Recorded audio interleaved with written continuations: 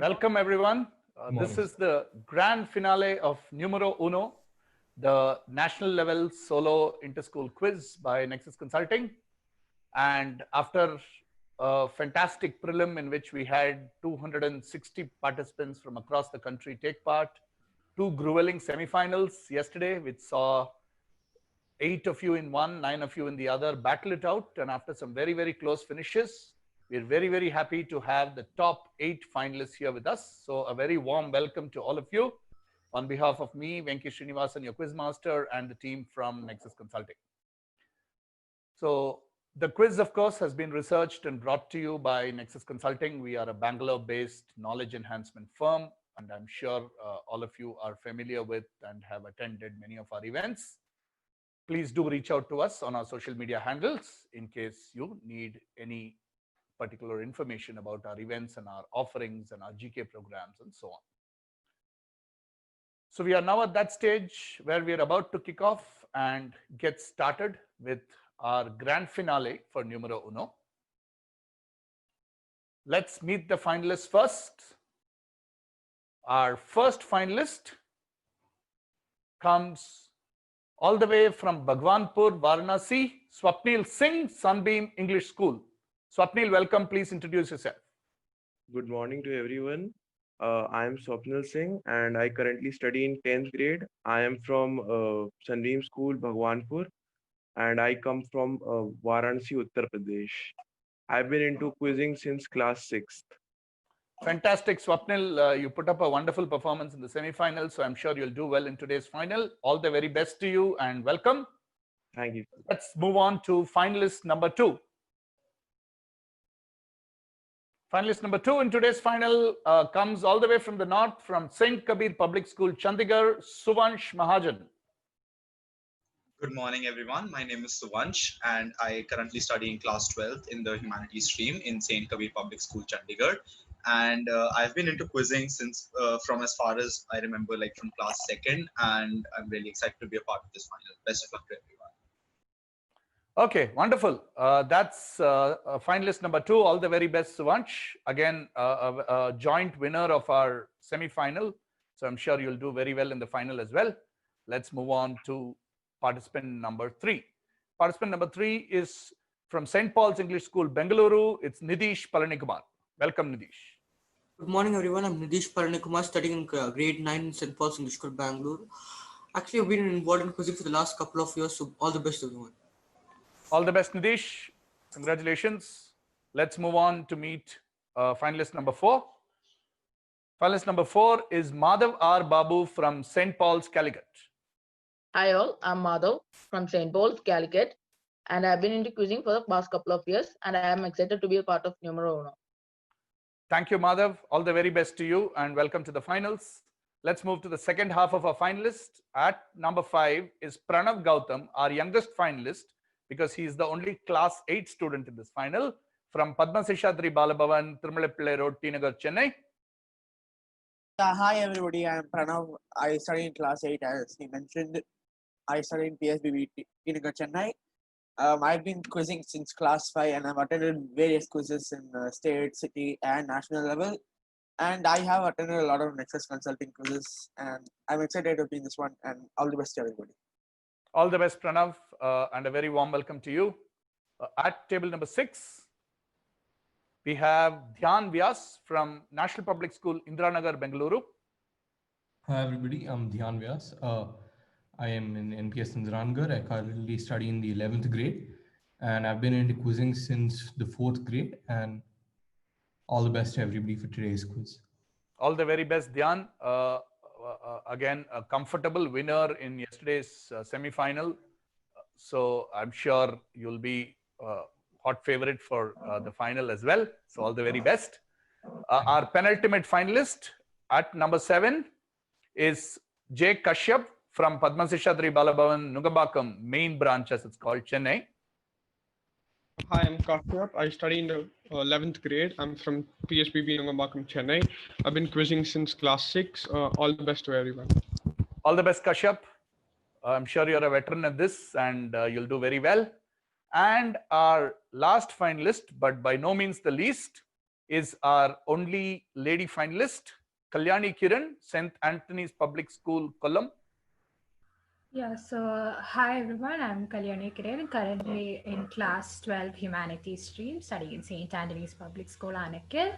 So I've been into quizzing for like past 3 to 4 years, and yeah, that's all the best, guys. Okay, all the very best, Kalyani. Again, you did very well in yesterday's semi-final, so I'm very confident that you'll do well in today's final as well. Okay, let's move on, and we go on to round number 1. Here are the rules for round number 1. Round number 1 is called right wing.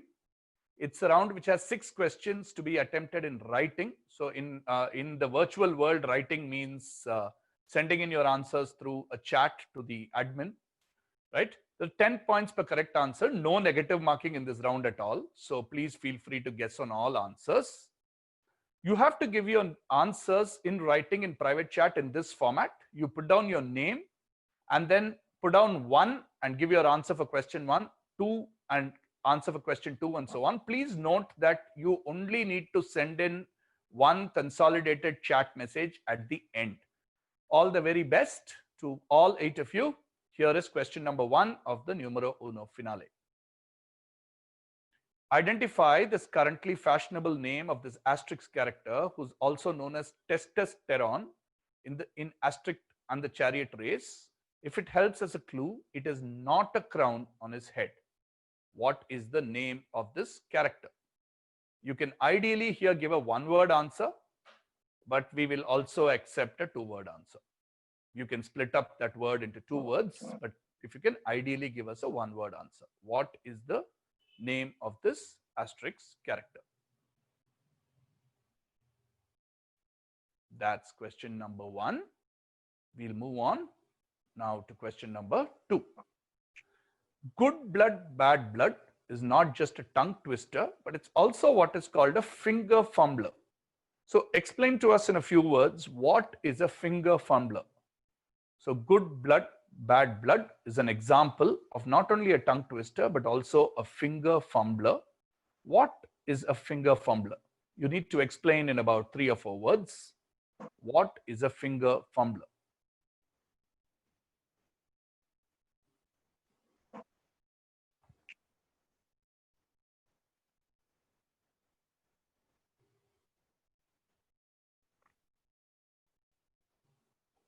Right. Question number 3 coming up. This is an interesting question. This is about the 2020 Ranji Trophy final. In the 2020 Ranji Trophy final between Saurashtra and Bengal, during the opening day of the match in Rajkot, umpire C. Shamsuddin got injured after being hit by a ball, which was lobbed towards him at the fall of a wicket. What unique occurrence did this lead to during the first session on day 2 of the match? So during the opening day, somewhere towards the end of the opening day, one of the umpires, C. Shamsuddin, ended up getting injured very accidentally because somebody threw a ball back at the bowler and he got in the way or something. This led to a very unique occurrence on the first session of the second day of this match. What unique occurrence did it lead to?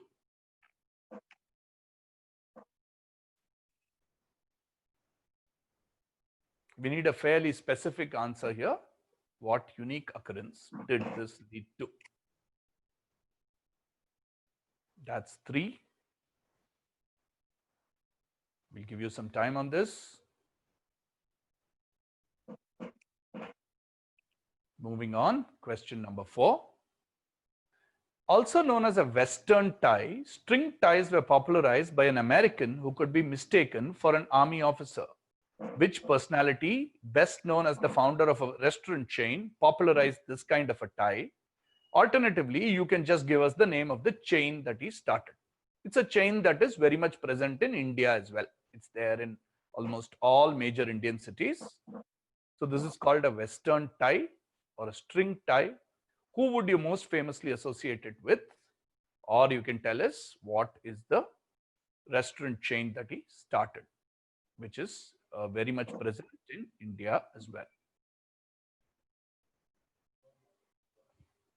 All right. This is an easy one. So let's move to 5. The Western world knows them under a name that comes from a Middle Eastern population of nomadic people.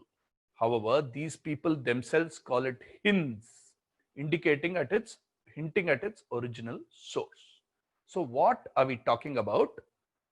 I can tell you that this is something that is very, very important that all of us use, and it's very important to use these and get them right. So what are we talking about?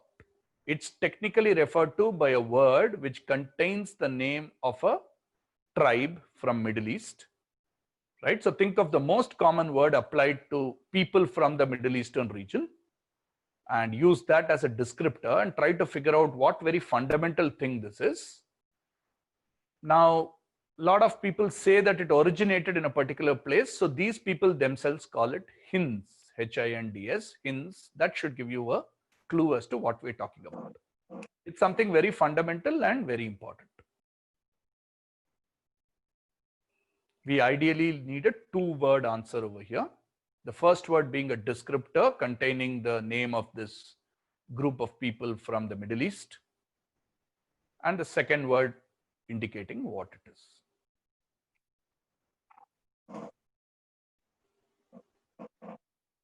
And the last question of the first round is this painting by Krishan Khanna titled News of Dash Dash presents Indian citizens united in shock. Through differences in clothing, class, gender, and religion, figures stand reading the news under a street light surrounded by darkness. News of what tragic event from 1948 are they reading? So this is a painting titled News of Dash Dash. What are the blanks? What is this news that they all seem to be reading? The painting kind of points out that this news shocked everyone across the country, irrespective of where they were from, what profession, what religion, what caste, what creed, and the so blanks and the second part are the same, right? Yeah, the blanks is what we want. That's the question. There is no second part. There's only one part. What news of what tragic event are they reading, which is the blanks.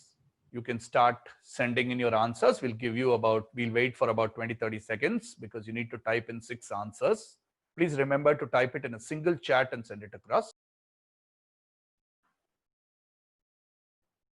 Okay, let's move on to the answers. Anybody who wants to attempt it, just raise your hands. I mean, actually raise your hands, not virtually. Okay, let's have Pranav start off this one. Yes, Pranav? Yeah, I wrote coronavirus. Coronavirus, that's the right answer. The character is called coronavirus, predicted in the Asterix comics long before the actual COVID epidemic hit us. Coronavirus is correct. Second one. Okay. A couple of hands raised. Suvansh? It's a word that can't be signed properly. Perfectly correct. It's a word that can't be signed properly. It's a sign language equivalent of a tongue twister. Nicely done. Third one. Okay. Who wants to try this one? This is the toughest one of the lot, probably. Yes, Dhyan. I think probably it was an umpire substitution. While that's technically correct, that's not what we were looking for. Umpire substitutions have happened even otherwise. Okay, Kashyap? Became the third umpire and the third umpire became the field umpire. No, not correct. The third umpire replaced the on-field umpire. No, that's not good enough. The third umpire did replace the on-field umpire, and that's happened multiple times. So what happened is, let's see the answer. There was a substitute. Can I answer? Yes. It was a single umpire officiating from both sides. That's the perfect answer. There was a single umpire who officiated from both sides because, the substitute umpire was from Rajkot, and Saurashtra was one of the teams that was playing. So as per BCCI norms, you have to have, a neutral umpire at the bowling end at all points of time. So he had to, Ananta Padmanabhan, former spinner from Kerala, was now an umpire, did duties from both ends. Nicely done. Let's go. Question number 4. Yeah, this is an easy one. Who wants to try this? Lots of hands raised. Yes, Madhav. Oh, this is the KFC. KFC is correct. Or if you have written Colonel Harlan Sanders, Colonel Sanders, that's good enough. Or just KFC will do. This was the easy one of the lot, I think. Next one. Okay, Let's see if anybody wants to try this. This was probably a tricky one. Kalyani, what did you attempt for this? Well, I didn't write any answer for that. You didn't give any answer. Okay. Anybody else venturing a guess on this? Is it servants? Nothing to do with servants. Yes, go ahead. I actually went with Bedouins and Bids. Good try, not Bedouins and Bids. Okay, no one seems to be near the answer. So the tribe was just Arabs. So these are Arabic numerals, what we call Arabic numerals, right? The basis for all the numeral system that we follow today. They themselves call it Hinds because they believe that it came from India. So they called it Hindu numerals or Indian numerals, whereas the rest of the world calls it Arabic numerals. And the last one of the lot, simple one, lots of hands raised. Yes, Kalyani, tell us the answer. So this is basically the assassination of Mahatma Gandhi. Yeah, Gandhi's death or the assassination of Mahatma Gandhi is good enough. So Gandhi's death being a significant unifying factor. Let's see the answer. Gandhi's death. Yeah, that's the Hindustan Times paper from Jan 31st, giving you the news of Gandhi's death. All right. So I think the scores have been tabulated as well. So let's see the scores. After the first round, Swapnil is on 30, Suvansh and Nidish are on 40, Madhav is on 30, Pranav is on 20, Dhyan and Kashyap and Kalyani are all on 40. So we have 5 contestants on 40, 2 on 30, 1 on 20. Wonderful. This is going to be very close. Excellent. Scoring by all of you. Very glad. Let's go back and resume the quiz with round number 2. Round number 2 is our regular clockwise round. It's called clocking speed. We start with a contestant number 1, which is Swapnil, and go clockwise all the way till Kalyani. 10 points per correct answer. No negative marking. Part points available, but I will not reveal whether a part of an answer has been given till we get the full answer. All right. Let's start. Question number 1 of clocking speed goes to Swapnil. If it sounds to you more like snubbing or ghosting a friend, you're right. It was a 1957 collection of work by sociologist Karl Mannheim that first described it as a way to enforce power hierarchies. A quote from the book: "The inhibition of free expression can also serve as a means of blank. Thus, the higher ranks can constrain themselves to preserve a certain kind of deportment or dignity."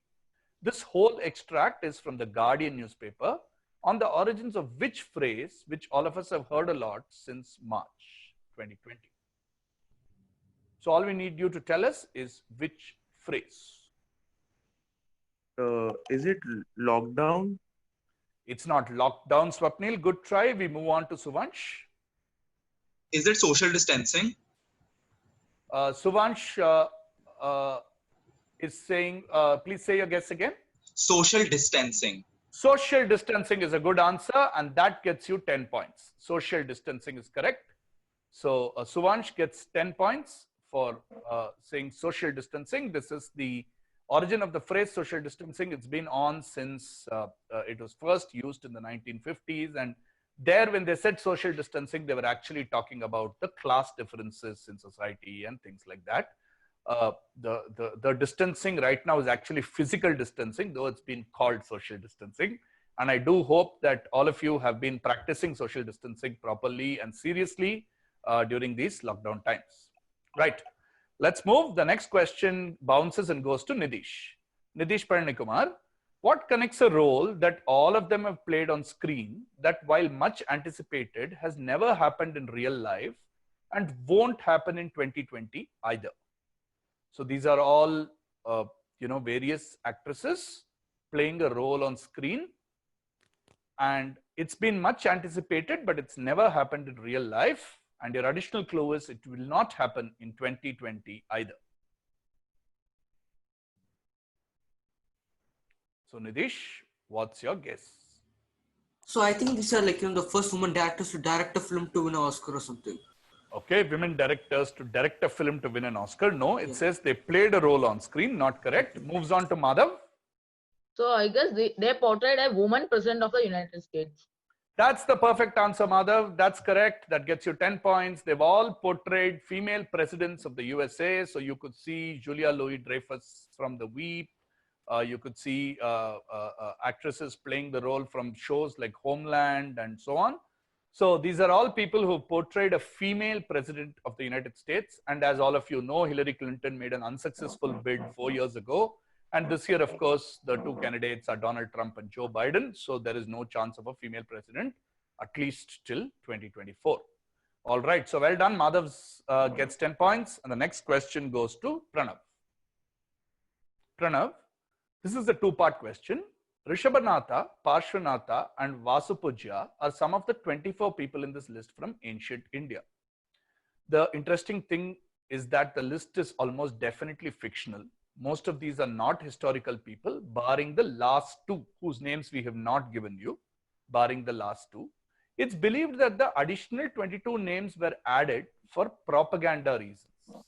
What list is this? So there are 24 people in this list. And why were these additional names added? Question direct to to Pranav. Yeah, so this is the list of the Jain Tirthankaras. Okay. Jaina Tirthankaras. The second part. The second part's the more interesting part. Yeah.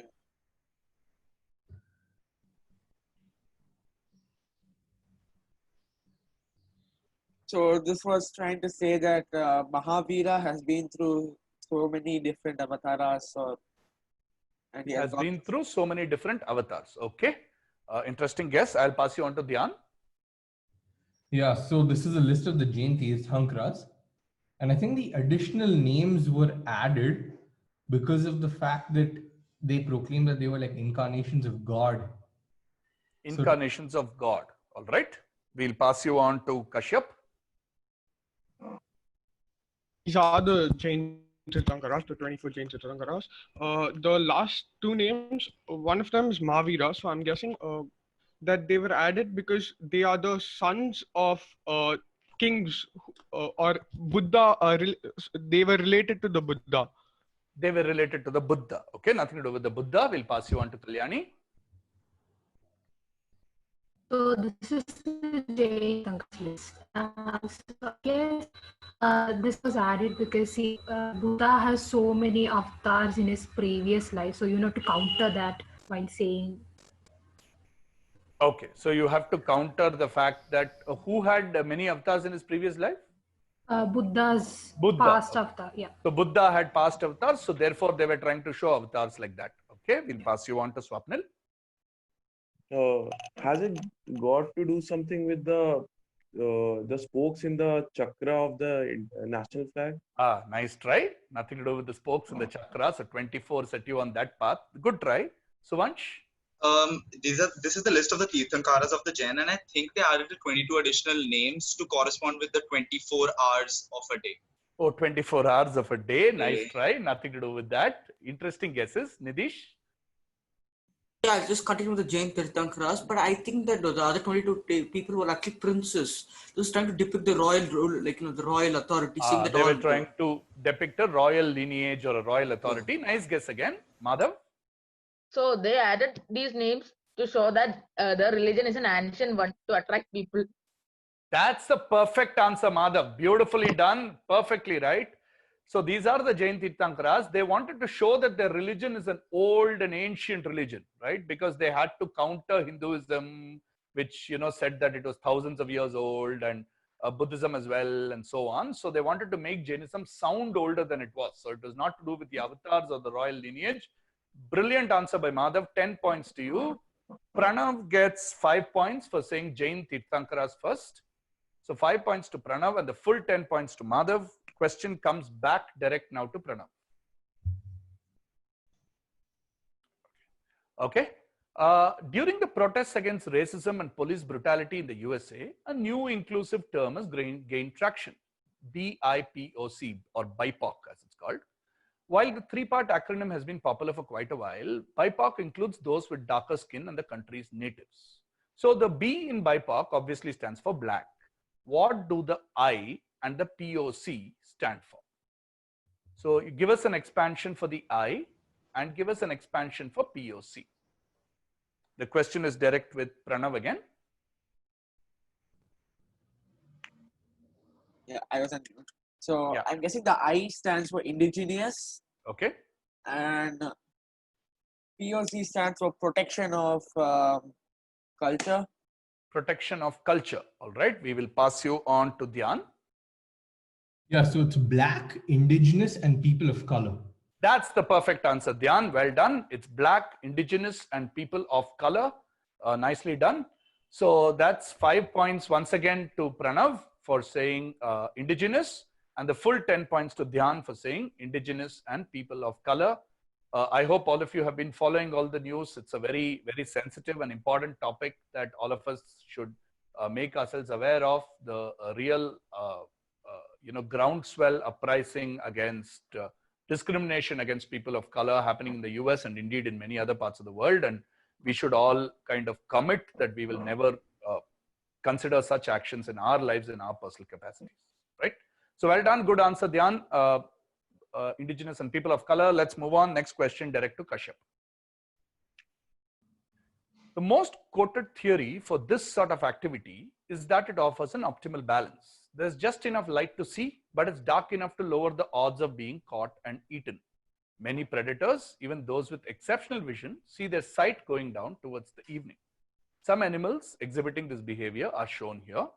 So you're going to see some pictures. What 11-letter word appropriately describes this behavior? And what appropriately does this word actually mean in Latin? It comes from Latin. Let's go back, please. Yeah. So what 11-letter word describes this behavior? And what fittingly does that word mean in Latin? So what's the English meaning of that word?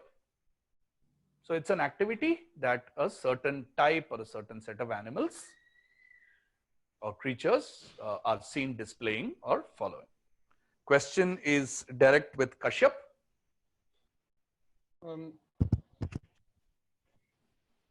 Yes, Kashyap, go ahead. Okay. It's nocturnal. Okay. Animals. Nocturnal. And what does it mean? Night vision. Night vision. Okay. We will pass you on to Kalyani. Yeah. So the word. I'm guessing the same. It's nocturnal, and the word is like night. Like dark or something. Dark. Okay. We will pass you on to Swapnil. I would also say the same, nocturnal. And for the second part? Night vision or night vision. Night vision. We'll pass you on to Suvansh. No, but nocturnal doesn't have 11 letters, so I guess. Good catch. Nocturnal indeed does not have 11 letters. So what's your guess? Is it?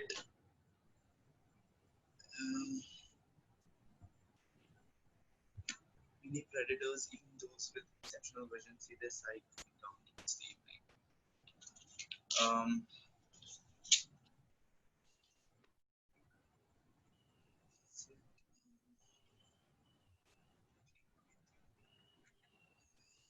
Quickly, please. Yeah. I'll have to pass this one. I'll pass you to Nidish. Yeah, so I actually don't have an exact word for the 11-letter word, but I think I can describe it. Because you had mentioned that dark enough and enough light, I think there's somewhere evening and dusk. The animal should spend most of the time in evening. Okay. I think the word, I'm not really sure about the word. And what does the word mean? I'm not sure what it means. You're not sure about that. Okay, we'll pass you on to Madhav. So I guess it's nocturnally.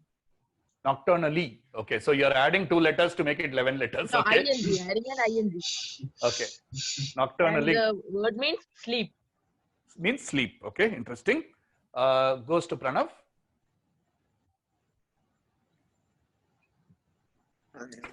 No guess, Pranav? Just a second, thinking. Actually, I'll just pass it. Passing on to Dhyan. So I'll say Semi-nocturnal, even though Semi-nocturnal. Okay. All right. So I think, and it means half night because it's not complete night and It half. means half night. Okay. So finally, somebody got on to some track, even though I've not got the correct answer. Neither part has been answered. I thought this must be in your school science textbooks and you should get this. The word we're looking for is crepuscular. Is crepuscular. Oh. This is animals displaying crepuscular vision. And crepuscular means twilight. Like some of you started on the track. Nidish, I think, said it, and Dhyan also said it. It's neither, like the question says, it's neither too dark nor too light. So it's actually twilight, and that's what crepuscular means. Right? This is just a funny cartoon there about the Twilight books. But that's crepuscular and twilight. So nobody getting that one. Let's move to this question was direct to Kashyap. So the next question goes to Kalyani. Simple one for you, Kalyani. After its completion, Emperor Shah Jahan entered it on 18th April 1648 from the riverside through the water gate.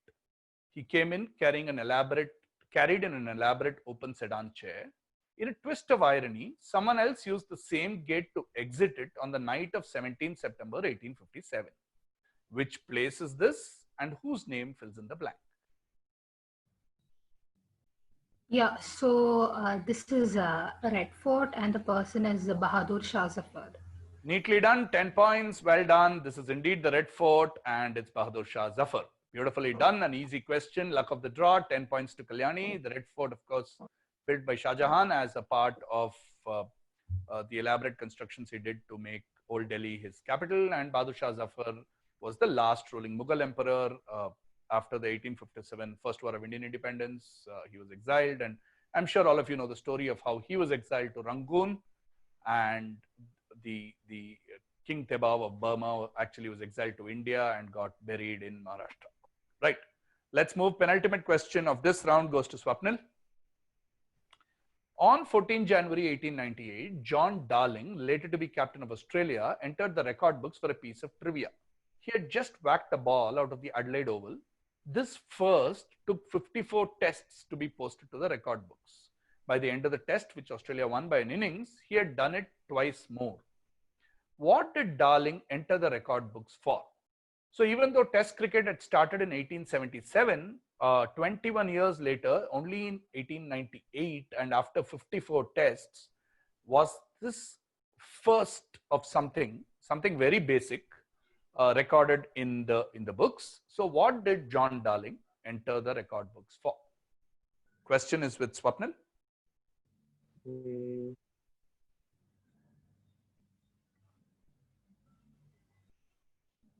So is this the longest six ever scored? The longest Six ever scored. Okay, Suvansh. Is it scoring a century? Not scoring a century. Good try. Nidish. Is it scoring a half century? Not scoring a half century. Madhav. So this is the first instance of a ball getting out of the stadium. So what? That's your answer. So First instance of a ball going out of the stadium. Okay? Yeah. We'll pass you on to Pranav.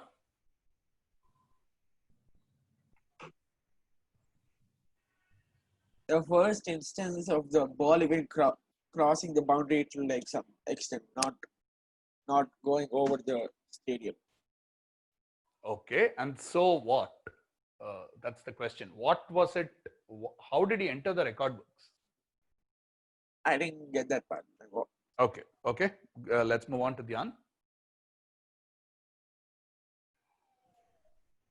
So I think this was the first six to cross the city boundary.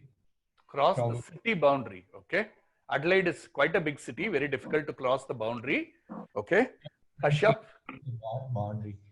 This is the first six that went into the hands of the crowd. Went into the hands of the crowd. Okay. Kalyani. So basically, he scored a 6 in the first ball of the innings. First ball of the innings. Very creative. I think all of you gave me the answer, but gave me more words after the answer, and therefore I can't give you points. This is as simple as this is the first ever 6, right? So till then, there was no concept of awarding 6 runs. It was awarded either 4 runs or I think 5 runs if the ball went on the full across the boundary line. So it's only in 1898 that they brought in the rule, and he hit the first 6. So a lot of you started saying he hit the first 6 and then said it went outside the city limits, it was caught by the crowd, it went the longest, it was of the first ball and so on. If you just stopped and said he hit the first 6, I would have given you the points. Okay. Some of these questions are deceptively simple, as I like to call it. All right. So let's go to the last question of the clockwise round, which goes direct to Suvansh. Okay. In 1999, the famous chef and food writer Anthony Bourdain wrote an article about the eating habits of people, in particular, certain people who don't eat something. He says, even more despised are the X's. Serious cooks regard these members of the dining public and their Hezbollah-like splinter faction, the Y's, as enemies of everything that's good and decent in the human spirit. So which groups of people, you don't need to give proper nouns, but which groups of people are X and Y? Read the question carefully. As a clue, don't get misled by the fact that Hezbollah is mentioned there and so on. It's not some terrorist group or something. He's just making a kind of joke, right? Saying that there is one group and then there is a kind of faction or Who's a direct to it? subgroup. It's a direct to Suvansh. The last one was direct to Swapnil. Yeah. So kind of, you can say that if there is a larger group X, the subgroup Y is a more extremist form of X, right? That's why he uses the analogy of the Hezbollah there. So very simple. What groups are X's and Y's? And remember that Anthony Bourdain is a famous chef and food writer.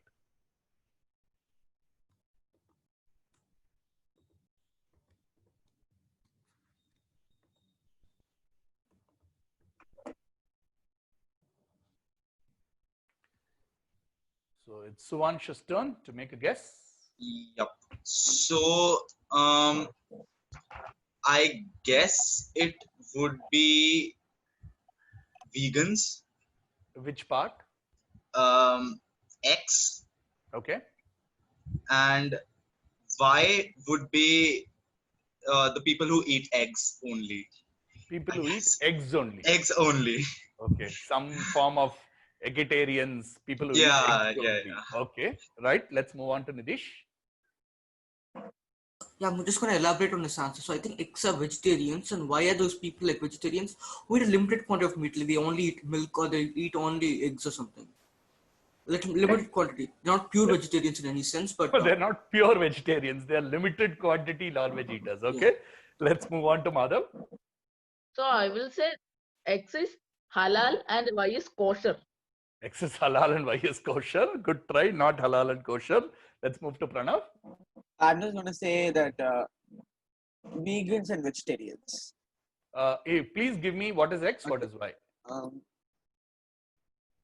X is vegans. Okay. And Y is vegetarians. Y is vegetarians. Okay. Passing you to Dhyan. So Y is vegans. Okay. And what is X?